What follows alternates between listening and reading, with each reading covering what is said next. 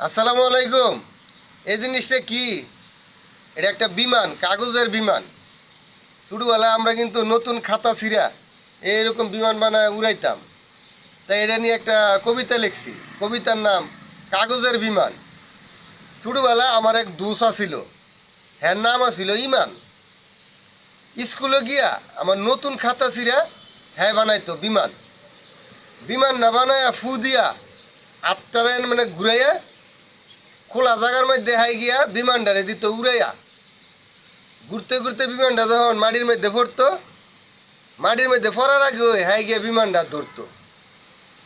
হ্যার দেহা দিয়ে আমিও বানাইতাম নতুন খাতা ছিঁড়া।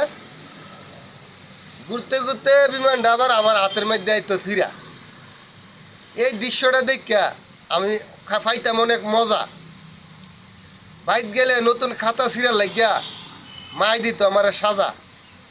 হ্যাঁ, কষ্টের টিয়াতে খাতা কিনে দিছি, বাসির বুদ্ধি কামটা করছত কি?